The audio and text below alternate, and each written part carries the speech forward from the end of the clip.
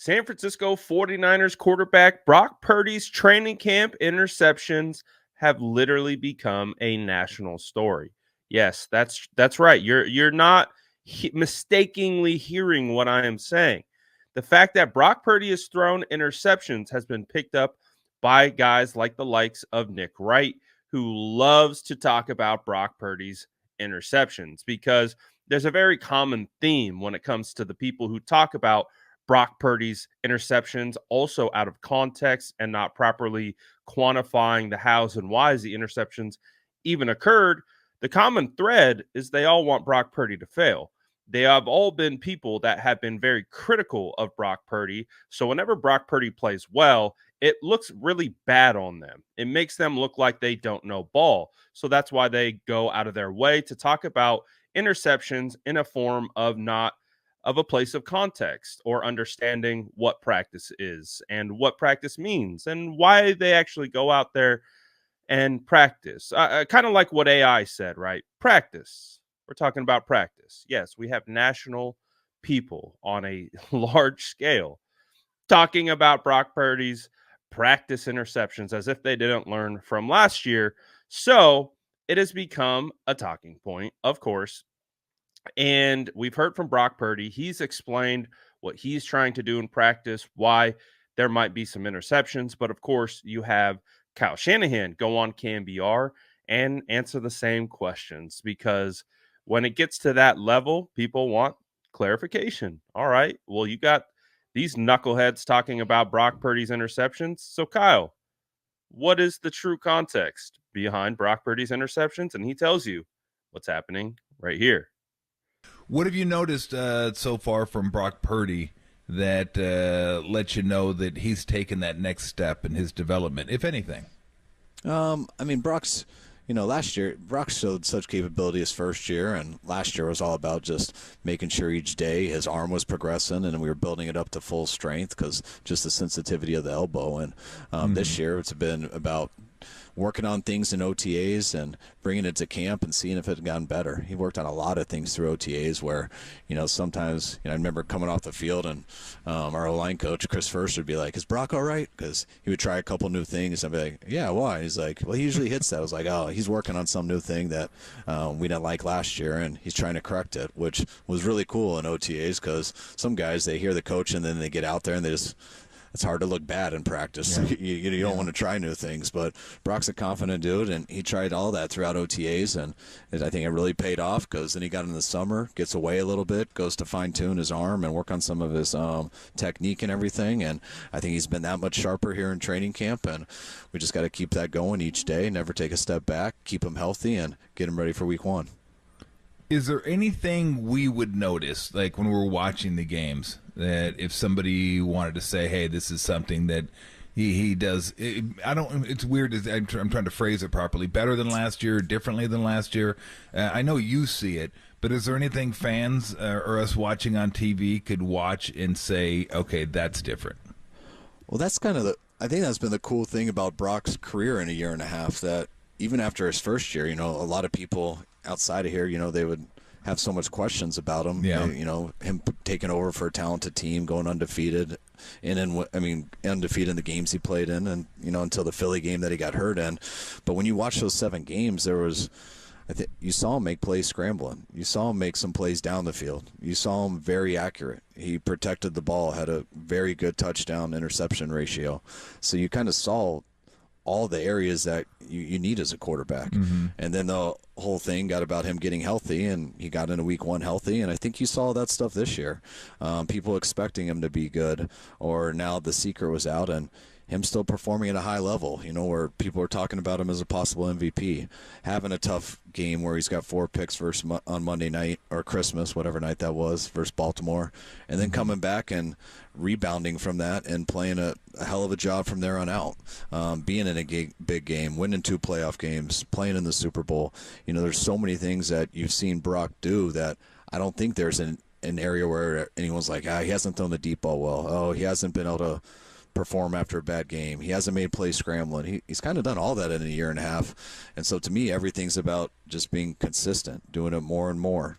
I always like to say being a machine, as in terms of if it's there, you're automatic. You never miss it. When it's not there, and can you now unplug that machine and just be a baller and go make a play?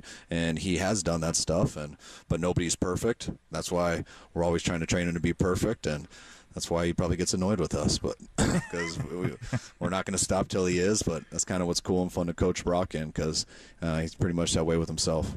I think the interesting, you told me this, and I found it really interesting that you don't mind. It's not that you like interceptions, but you like quarterbacks that'll let it rip. If they see something, let it go. And I think a lot of us watching games or look at that interceptions is like the worst thing in the world. And they're not great. You never want to turn the ball over, but it's the mindset and the confidence that a quarterback has that you don't mind occasionally that a quarterback sees something and lets it rip, do you? No, not at all. Because if you don't have that, it's a matter of time before you can't help the team win. Yeah. But you got to make sure you're not keeping both teams in the game. If you're responsible for so many things as a quarterback. That ball's in your hand every play, and the number one stat to losing is turnovers. And so if you're careless with that, we're not going to win a lot of games, and you're going to lose people's confidence. But there's too many times when that pressure's on a guy, and everyone is counting on you to protect that ball and not lose us the game. But you also need to try to win us the game. And there's so many people that in those situations, just human nature, they hesitate a little bit. And they don't want to do that because they don't want to cost the game. And sometimes they don't take those risks and they check it down. And then it's really tough to win. Sometimes it's, you can't get – not all plays are easy. And you got to be able to make some big-time throws and some tight windows. And when that's the case, you can't be scared of failing. And Brock isn't. He will always let it rip if he sees it. He doesn't just guess and decide on Wednesday that he's going to throw that on Sunday. He truly tries to play in the pocket and tell you what he saw, and when he does that, he's not going to second guess himself. He's going to let it rip, and not everything you see, though, is always accurate. You can be deceived. You can make mistakes, and what's so great about Brock, he'll usually see that before you have to point it out. He'll own that quick, and doesn't mean next time he'll just sit on there and hold on to the ball and take sacks. It means he'll try to learn to recognize it, throw a different type of ball, or progress and know the times to surrender, which I think that's kind of more the bigger thing with a guy like that. You need to know, hey, there isn't a play there. There isn't much of an option. You can't help us here. You might have to just take a sack, and let's hope our defense can get it done. Got it. As someone who covers 49ers training camp practice, I find the coverage of his interceptions hilarious. So it is also hilarious when those get aggregated by national media sources to fit a self-fulfilling agenda. It's pretty funny to watch, to be honest, but it just gives us more content, more things to talk about, and makes us be able to laugh at them later on when Brock Purdy goes out and has potentially another MVP caliber season. So with all that being said, you heard about Kyle Shanahan, you heard about the things that he was discussing, and you could tell that when it comes to Brock Purdy and his training camp interceptions, he also referenced how they are trying new things. They're trying to fix old habits and things of that nature. I thought it was interesting that Kyle Shanahan mentioned that Chris Forster was like, what's going on with Brock? And he's like, no, not a big deal. We're just working on some stuff. And it's been a pretty interesting situation because although you don't want your quarterback to throw interceptions, and as Brock has said as well, in practice, I'm not trying to turn the ball over. I'm not being careless with it. I'm, maybe pushing the limit a little bit further than I would in game because it's practice. This is the opportunity for me to see what I can get away with. This isn't the opportunity for me to force a ball into a really tight window.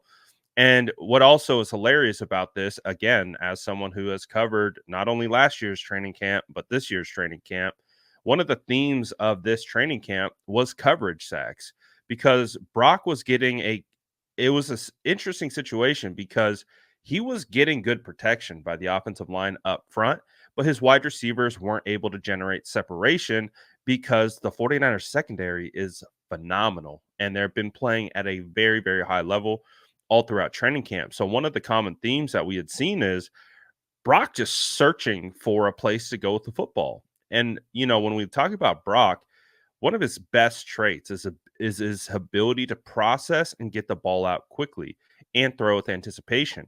But because of the lack of separation throughout this year's training camp, he wasn't doing that. And so what would happen is you would see Brock hold, and then he's like, all right, I gotta let this ball go. And so he would let it rip. Now, sometimes it would actually turn out to be a good play. Sometimes it would turn out to be an interception. Sometimes you would have an actual would-be sack where he just lets it rip and tries to fit it into somewhere. Sometimes he had some bad interceptions. There was a couple that weren't ideal. He had one to Diamador Lenore that would have been a pick six one day. And he had another one to George Odom, I think in the same day. But he also had two other interceptions that day. That one bounced off Jawan Jennings' hands, and another was a complete busted play where he literally just threw the ball up. So that's why the context is important. Now, if Brock Purdy was coming out and practice and he was throwing 5 just knucklehead interceptions every day, our conversation about his interceptions would be different. It would be more valid in the terms of, is there cause for concern? But if you understand what you're watching and you understand how to evaluate football, you can understand what is happening here. And even that's without the context of what Kyle Shanahan is talking about. So you add that context from Kyle Shanahan, you have the ability to actually watch football and evaluate football and understand practice, and you can compile a better understanding of what you're seeing at practice. And if you don't have that, you might not understand what you're looking at. So as a result of that, you might not provide very accurate information, and then that inaccurate information then gets aggregated by someone who's like, ooh, this fits my narrative, let's run with it. And then you get this echo chamber. So it's funny to watch. It's funny that we're talking about it still. And yeah. But anyways, if you want my opinion on it, as someone who's at every training camp practice that was available, there's nothing to be concerned about. If anything, if you were concerned about Brock Purdy last year, he looked better in this camp. This was a much better camp for Brock Purdy than last year, and that's without Brandon Ayuk. And remember, Brandon Ayuk was the best player in training camp the past 2 seasons prior to this year. And so without him, he was still able to have success. Now, the offense as a whole, I think there's a broader concern about separation between wide receivers, but that's not a Brock Purdy issue. Brock Purdy just has to manage that situation, and I think that's actually phenomenal practice for Brock to be able to find those situations where you have good protection. Things aren't necessarily breaking the way you want them, and you have to find something and you have to make it work. So I think for practice sake, that's a great spot to be in, to be under that type of adverse situations in a controlled environment, that you're not worried about winning or losing a training camp practice. You're winning about playing your best ball, and you're worried about executing at the highest level, but there's no repercussions of it, I guess, other than Nick Wright talking about your interceptions in training camp. But as it stands right now, the same thing applies as it's always applied, is training camp interceptions don't matter. And that's why this echo chamber that loves to create panic over insignificant things has just become borderline hilarious at this point. And so we just sit back, we laugh, and we are entertained by it now, because just like, you saw what Brock Purdy did last year, and you can almost guarantee that he's going to do the same thing this year. So we will sit back, we will watch, and we will be entertained. But you guys let me know what you think about this whole situation. And again, this interview was on KNBR. You can listen to the whole thing. I'll link it in the description below. And as always, make sure to like and subscribe for more updates.